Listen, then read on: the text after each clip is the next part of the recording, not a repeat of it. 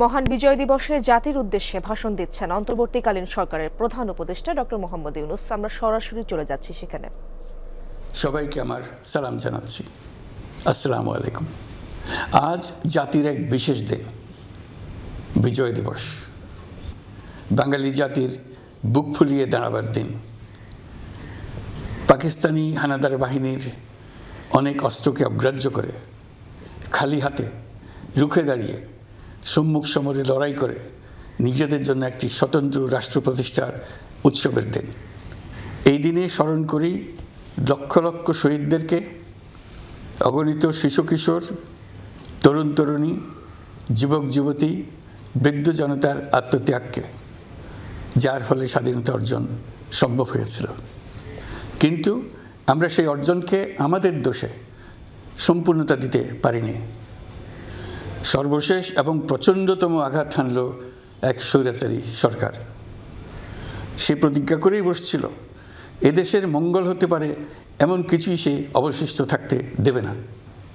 এবছরের বিজয় দিবস বিশেষ কারণে মহানন্দের দিন। মাত্র 4 মাস আগে একটি অসম্ভব সম্ভব হয়ে গেল। দেশের সবাই মিলে একজোটে হুঙ্কার দিয়ে উঠল। পৃথিবীর ঘৃণ্যতম স্বৈরাচারী শাসককে পালিয়ে যেতে বাধ্য করে আমাদের প্রিয় দেশকে মুক্ত করেছে ছাত্র জনতার সম্মিলিত অভ্যুত্থান। যে হাজার হাজার শহীদ এবং আহতদের আত্মত্যাগ এবং ছাত্র জনতার অটুট ঐক্যের মাধ্যমে এই গণ অভ্যুত্থান সম্ভব হলো, তাদের সবাইকে স্মরণ করি এবং আজ এবারের মহাবিজয়ের দিনে সমগ্র জাতির পক্ষ থেকে তাদের প্রতি সশ্রদ্ধ সালাম জানাই। নাগরিক অধিকার ও মর্যাদা নিশ্চিতের জন্য, গণতন্ত্রের জন্য একটি বৈষম্যহীন দেশ গড়ার তাগিদে ছাত্র জনতা স্বৈরাচারীর রক্তচক্ষুকে উপেক্ষা করে রক্ত দিয়ে 4 মাস আগে নতুন বাংলাদেশ গড়ার জন্য যে ঐক্য গড়ে তুলেছিল, সে ঐক্য এখনও পাথরের মতো মজবুত আছে। মাত্র কয়েকদিন আগে জাতি আবার গর্জে উঠে সমগ্র পৃথিবীকে সে কথা জানিয়ে দিয়েছে। যখন পরাজিত শক্তি নড়ে চড়ে ওঠার চেষ্টা করছিল, সকল রাজনৈতিক দলের এবং সকল ধর্মের শীর্ষ ব্যক্তিদের এবং ছাত্রদের সমাবেশের মাধ্যমে এক কণ্ঠে সজোরে ঘোষণা দিয়েছিল, আমরা যে নিরেট ঐক্যের মাধ্যমে অভ্যুত্থান করেছি সে ঐক্য আরও জোরদার হয়েছে। 4 মাসের ব্যবধানে আমাদের ঐক্য কোথাও শিথিল হয়নি। নতুন বাংলাদেশ গড়ার সংকল্পে আমরা অটুট আছি। বহির্বিশ্বে চাতুর্যপূর্ণ প্রচারণা দিয়ে যারা আমাদের মধ্যে দূরত্ব সৃষ্টির চেষ্টা করছে, তারা দূরত্ব সৃষ্টি তো করতে পারেইনি, বরং সারা জাতিকে সগৌরবে উচ্চকণ্ঠে তার ঐক্যকে পৃথিবীর সামনে তুলে ধরতে উজ্জীবিত করেছে। পরাজিত শক্তি তাদের পরাজয় কিছুতেই মেনে নিতে পারছে না। তারা প্রতিদিন দেশের ভেতরে এবং বাইরে থেকে জনতার অভ্যুত্থানকে ব্যর্থ করার জন্য বিপুল অর্থ ব্যয়ে নানা ভঙ্গিতে তাদের চেষ্টা চালিয়ে যাচ্ছে। পাচার করা হাজার হাজার কোটি টাকা তাদের আয়ত্তে রয়েছে। তাদের সুবিধাভোগীরা সর্বত্র ছড়িয়ে আছে। আমাদের ঐক্য অটুট থাকলে তারা আমাদেরকে আমাদের লক্ষ্য অর্জন থেকে ব্যর্থ করতে পারবে না। সজাগ থাকুন, নিজের লক্ষ্যকে জাতির লক্ষ্যের সঙ্গে একীভূত করুন। পৃথিবীর কোনো শক্তিই আমাদেরকে আমাদের লক্ষ্য অর্জন থেকে বিচ্যুত করতে পারবে না। আমি দেশের গণমাধ্যম কর্মী ও জনগণের প্রতি আহ্বান জানাই, বিশ্বের কাছে দেশের প্রকৃত চিত্র তুলে ধরুন। অপপ্রচারের বিরুদ্ধে সত্যই হোক আমাদের হাতিয়ার। জাতির এই নিরেট ঐক্য এই বছরের বিজয় দিবসকে স্মরণীয় করে রাখবে, ইতিহাসের অনন্য স্থানে প্রতিষ্ঠিত করে রাখবে।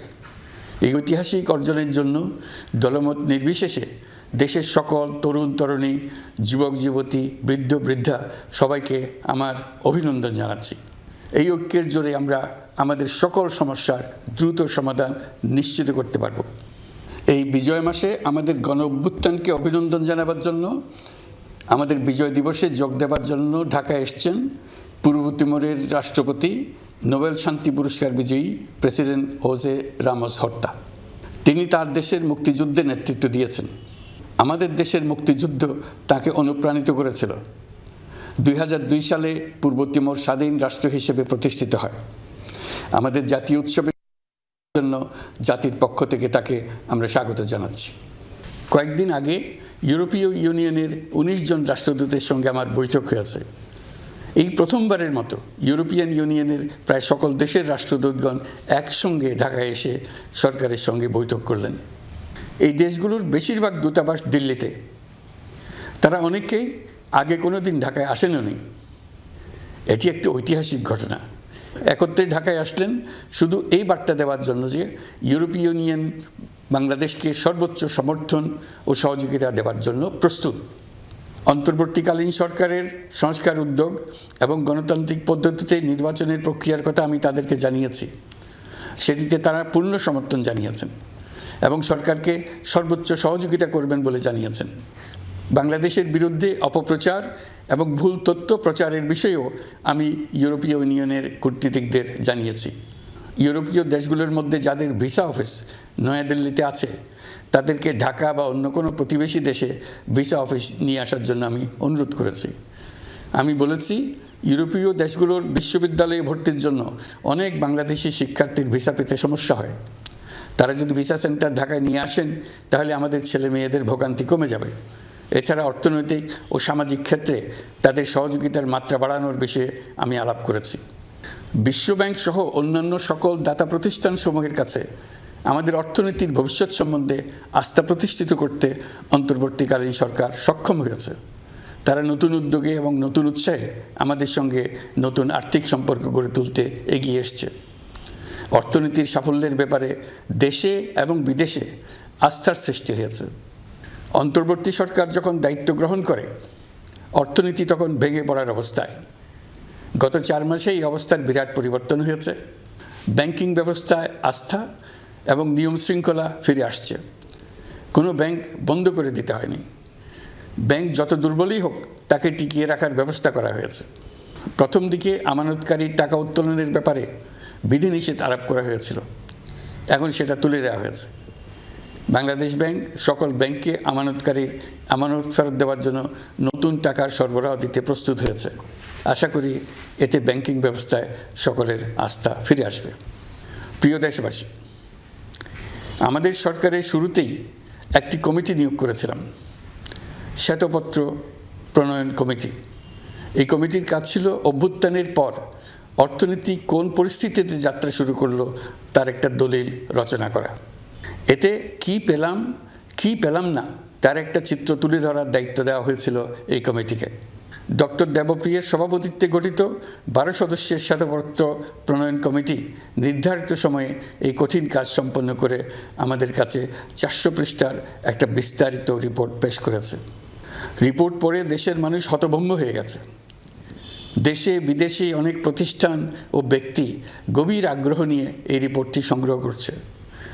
দেশের মধ্যে পত্রপত্রিকা, সেমিনার, আলোচনা সভা, টেলিভিশনে এই নিয়ে প্রচুর আলোচনা হচ্ছে।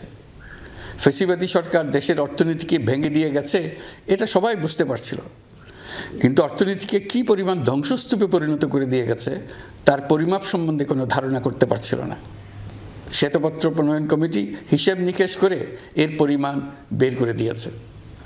এই রিপোর্ট পড়ে সকলে অবিশ্বাস্য চোখে একে অপরের দিকে তাকাচ্ছে। কারো মুখে কথা বেরোচ্ছে না। দিন দুপুরে সকলের সামনে থেকে হাজার হাজার কোটি টাকা ব্যাংক থেকে পাচার করে নিয়ে গেছে। কেউ বলার ছিল না, কেউ দেখার ছিল না। যারা নিয়ে গেছে তাদেরকে কেউ বাধা দেয়নি, বরং সর্বস্তরে সবাই আগ্রহ সহকারে তাদের সঙ্গে সহযোগিতা করেছে।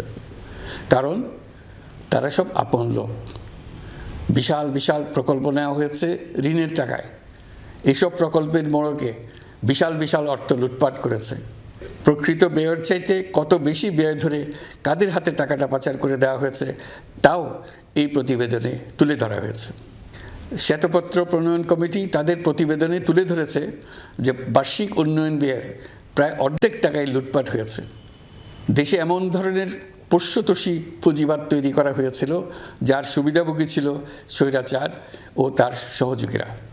প্রতিবেদনে উল্লেখ করা হয়েছে যে নির্দিষ্ট কিছু গোষ্ঠীকে সুবিধা দিতে যে পরিমাণ কর ছাড় দেওয়া হয়েছে সেটা অর্ধেকে নামিয়ে আনা গেলে দেশের শিক্ষা বাজেট দ্বিগুণ, স্বাস্থ্য বাজেট 3 গুণ করা সম্ভব ছিল। পাচার করা এই টাকা আপনাদেরই টাকা।